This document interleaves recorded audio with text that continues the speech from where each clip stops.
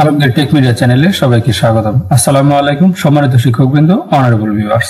উপবৃত্তি 2023 এর জানুয়ারি থেকে জুন পর্যন্ত অনুমোদিত চাহিদা মোবাইল থেকে কিভাবে ডাউনলোড করব সেই বিষয়টি আজকে আপনাদের সাথে শেয়ার করতে যাচ্ছি। তো চলে আসলাম মোবাইল স্ক্রিনে। এখান থেকে দেখতে পাচ্ছেন গুগল ক্রোম ব্রাউজারটি রয়েছে। আমি গুগল ক্রোম ব্রাউজারটি ওপেন করে নিচ্ছি। গুগল ক্রোম ব্রাউজারের যে সার্চ বার রয়েছে, যে সার্চ বার, এই সার্চ বারে আমি লিখে দিচ্ছি pesp.finance.gov.bd।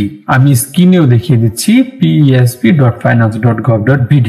এটি লিখে এন্টার বাটনে ক্লিক করে দিবেন। ক্লিক করে দিয়ে দেওয়ার পর এই যে দেখুন পিএসপির এই যে লিঙ্কটি এসেছে, এই লিঙ্কটিতে আপনি একটি টাচ করে দেন। এই লিঙ্কটিতে টাচ করে দিয়ে দেওয়ার পর আপনাকে নিয়ে আসবে পিএসপির যে লগইন পেজ রয়েছে, এই লগইন পেজে। এখানে দেখুন লেখা আছে ইউজার নেম এবং পাসওয়ার্ড এবং একটি ক্যাপচা দেওয়া আছে। এখানে আপনি অবশ্যই আপনার প্রধান শিক্ষকের মোবাইল নাম্বার এবং পাসওয়ার্ড দিয়ে প্রবেশ করবেন। আমি এখানে আমার প্রধান শিক্ষকের মোবাইল নাম্বার এবং পাসওয়ার্ড দিয়ে ক্যাপচাটি দিয়ে দেন আমি এই যে লগইন করুন কথাটি রয়েছে, এই লগইনে ক্লিক করে দিচ্ছি। লগইনে ক্লিক করার পর আপনাকে এই পেজটিতে নিয়ে আসবে। এই পেজটিতে নিয়ে আসার পর এখানে দেখতে পাচ্ছেন 3 লাইন মেনু রয়েছে। এই 3 লাইন মেনুতে একটি ট্যাপ করে দিবেন। ট্যাপ করে দিয়ে দেওয়ার পর এখানে 3টি অপশন বের হবে। প্রথমটি রয়েছে প্রাথমিক নির্বাচন, তারপর হচ্ছে বেনিফিশিয়ারি শিক্ষার্থীর চাহিদা। আপনি এই চাহিদা অপশনে একটি ক্লিক করে দিবেন। চাহিদা অপশনে ক্লিক করে দিয়ে দেওয়ার পর অনুমোদিত চাহিদা অপশন চলে আসবে। এবার অনুমোদিত চাহিদা অপশনে একটি ক্লিক করে দিবেন। ক্লিক করে দিয়ে দেওয়ার পর আপনার এখানে কিন্তু আপনার অনুমোদিত যে শিক্ষার্থীগুলো রয়েছে,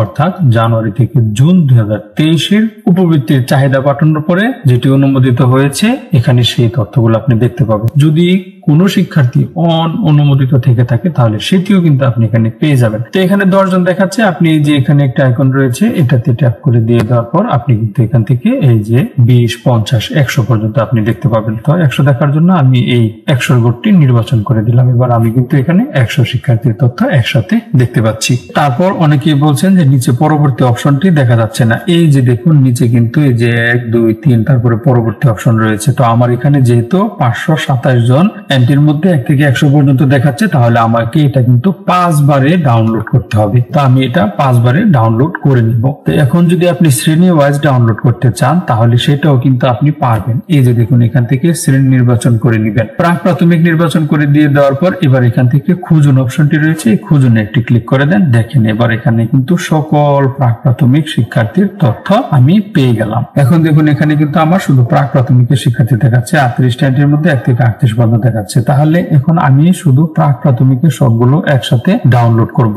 এখন এখান থেকে আমি কিভাবে ডাউনলোড করব? একটা শ্রেণী যেভাবে ডাউনলোড করব, ঠিক প্রাক থেকে 5ম শ্রেণী পর্যন্ত আপনারা ঠিক সেভাবেই ডাউনলোড করবেন। এবং যদি আপনার বিদ্যালয়ে 8ম শ্রেণী পর্যন্ত থেকে থাকে, সেগুলো কিন্তু ঠিক একইভাবে আপনি ডাউনলোড করবেন। তো ডাউনলোড করার জন্য এই যে 3 ডট মেনু রয়েছে, এই 3 ডট লাইনে একটি ক্লিক করে দিবেন। ক্লিক করে দিয়ে দেওয়ার পর এখানে দেখুন ডাউনলোড অপশন রয়েছে। এই যে ডাউনলোড আইকন, ডাউনলোড আইকনটিতে একটি ক্লিক করবেন। ডাউনলোড আইকনটিতে ক্লিক করার পর এই যে দেখুন ডাউনলোড কিন্তু হয়ে গেছে। ঠিক আছে, এবার এই যে ওপেন কথাটি রয়েছে, আপনি ওপেনে ক্লিক করেও এটা ওপেন করে দেখতে পারবেন।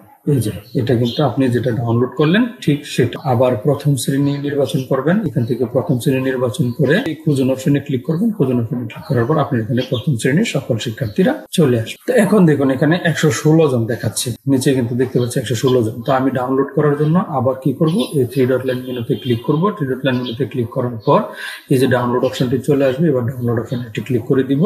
এই যে ডাউনলোড অপশনে ক্লিক করে দিয়ে দেওয়ার পর আমার এটা কিন্তু আবার ডাউনলোড হয়ে গেছে।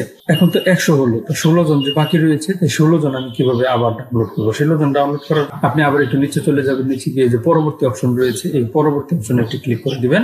এখন কিন্তু আপনার এখানে যে বাকি 16 জন রয়েছে, সেই 16 জন কিন্তু আপনার এখানে চলে আসবে। এখন যদি আবার ডাউনলোড করতে চান তাহলে 3 ডট লাইন মেনুতে ক্লিক করবেন। ক্লিক করার পরে যে ডাউনলোড অপশন রয়েছে, এই যে ডাউনলোড অপশন, এই ডাউনলোড অপশনে ক্লিক করে দিবেন। ক্লিক করে দিয়ে দেওয়ার পরে যে ডাউনলোড এগেন, এখানে ক্লিক করবেন। আপনার এখানে এগেন নাও আসতে পারে, কারণ আমি আগে একবার ডাউনলোড করেছি, এই জন্য এগেন আসছে। তো ডাউনলোড অপশন চলে আসলে আপনি এখানে ডাউনলোডে ক্লিক করে এটা ডাউনলোড করে নেবেন। এখন আপনি যে ডাউনলোড করলেন সেগুলো আপনি কিভাবে দেখতে পাবেন? সেগুলো দেখার জন্য আপনি আবার 3 ডট মেনুতে ক্লিক করবেন। ক্লিক করার পর এই যে ডাউনলোড অপশনটি রয়েছে, এই ডাউনলোড অপশনে আবার ক্লিক করেন। ক্লিক করার পর এই যে দেখেন আপনি যেগুলো ডাউনলোড করেছেন, এখন এগুলো কিন্তু এখানে দেখতে পাচ্ছি। আমি কিন্তু অলরেডি 3টা ডাউনলোড করেছি। প্রাক প্রাথমিক প্রথম শ্রেণীর 2টা পেজ ডাউনলোড করলাম এখানে। এই যে দেখুন এগুলো কিন্তু এখানে রয়েছে। তো একটা ওপেন করি আমি, এই যে ওপেন করলাম। ওপেন করার পরে এই যে এগুলো কিন্তু আমি এখন দেখতে পাচ্ছি। তো আশা করছি কিভাবে ডাউনলোড করবেন বিষয়টি বুঝতে পেরেছেন। তো এটা কেটে দিলাম, এটা কেটে দিয়ে বের হয়ে এখানে চলে আসলাম। তো এখান থেকে সব কাজ শেষ হয়ে যাওয়ার পর আপনি অবশ্যই এই যে আইকনটি রয়েছে আইকনটিতে ক্লিক করে এখান থেকে লগ আউট হয়ে বের হয়ে যাবেন। আশা করছি উপবৃত্তির অনুমোদিত চাহিদা কিভাবে ডাউনলোড করবেন বিষয়টি বুঝতে পেরেছেন। ভিডিওটি ভালো লাগলে লাইক করবেন, কমেন্ট করবেন, শেয়ার করে অন্যকে দেখার সুযোগ করে দিবেন। ভালো থাকবেন, সুস্থ থাকবেন এবং নিরাপদে থাকবেন। ধন্যবাদ সবাইকে।